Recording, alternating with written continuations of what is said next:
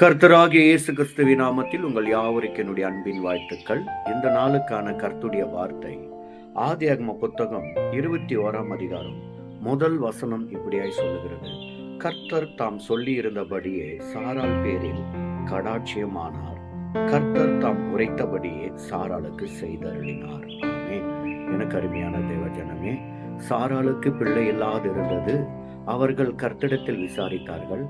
கர்த்தர் ஏற்ற காலத்தில் சாராள் ஒரு புத்திரனுக்கு தாயாயிருப்பாள் என்று கர்த்தர் வாக்குரைத்தார்.